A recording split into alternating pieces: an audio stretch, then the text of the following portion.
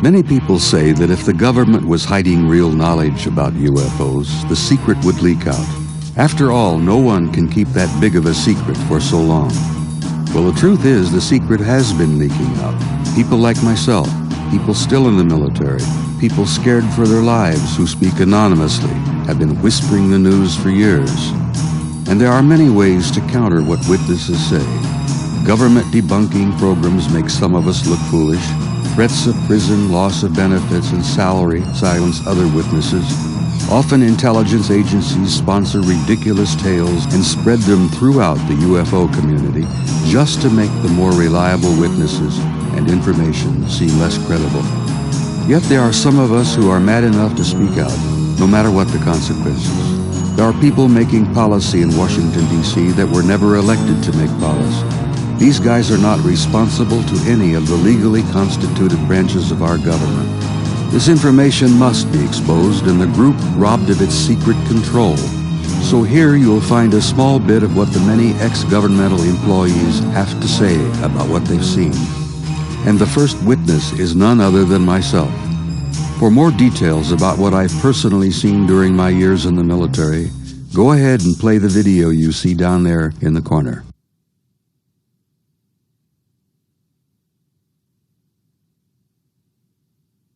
I've often been asked how I got into this crazy business. I think it's important that I explain to you that I was a professional soldier through most of my adult life. Spent all those years in the infantry, special operations, special forces. I was a no-nonsense, pragmatic, hardcore, crew-cut infantry officer. I had to see something and kick it, bite it, touch it, to believe in it. Now, I had always had some curiosity about the UFO matter. But I was a bit of a skeptic. I was a curious skeptic.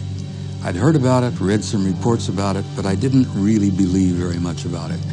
That all changed in 1963, when I was assigned to the Supreme Headquarters Allied Powers in Europe, at a little town known as Rokencourt.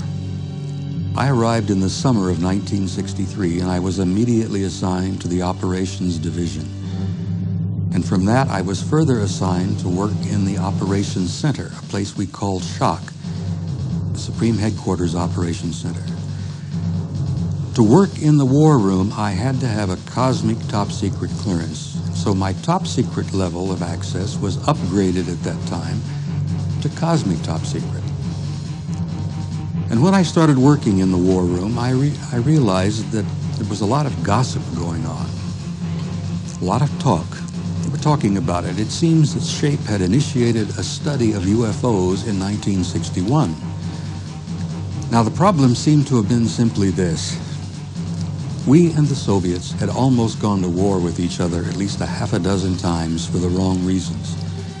The reasons were simply that there were strange, unknown, circular, metallic, disc-shaped objects flying all over Europe in those years. They would fly out of the Soviet sector, over Poland, East Germany. They would fly over Central Germany, over France, over toward the English Channel. Then they would generally turn north over the Channel and disappear off of NATO radar over the Norwegian Sea.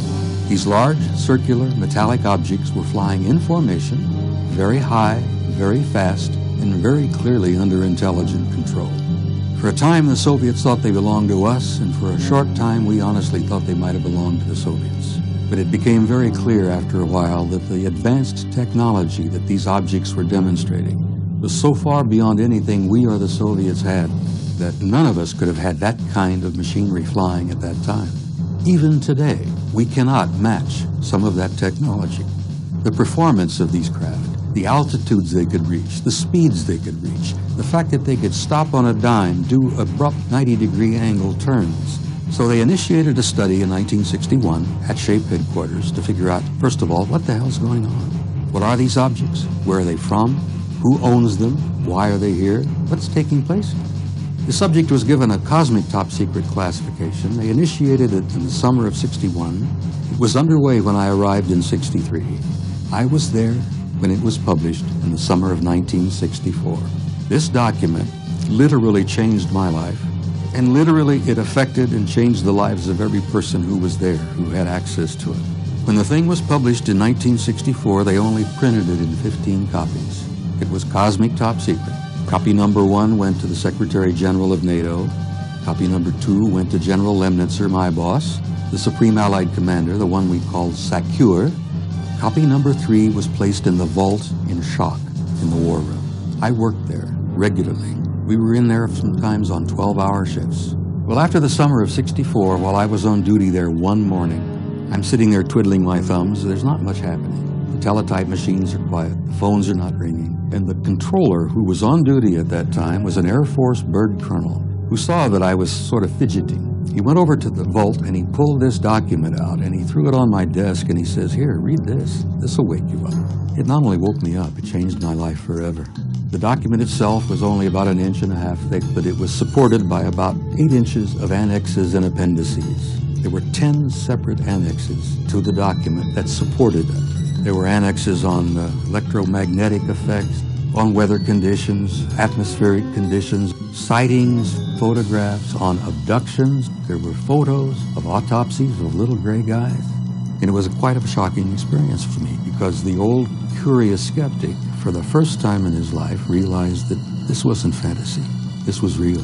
And it really changed my life because it launched me on what I call a 30-year synthesis. The study itself was not as complete as I would have wanted. For example, it was strictly a military study. It was designed to determine was there or was there not a military threat to Allied forces in Europe. And when they concluded it in 1964, they determined that there apparently was not a threat. But the conclusions were earth-shaking. One, they concluded that apparently the planet Earth and the entire human race have been under some kind of a detailed survey, an observation of some type that's been going on for a very, very long time, that apparently is being conducted by not one or two, but several extraterrestrial intelligences. We were to learn later, before I left SHAPE in 1967, that there were 4 different groups that we knew of at that time. But this had been going on for a long time, hundreds if not thousands of years. There was a process unfolding. There was something developing. They didn't know what it was in 1964, but they concluded that there were several different groups involved. It's been going on for a very long time. Apparently there was no malevolence or hostility involved because there were no overt acts of hostility.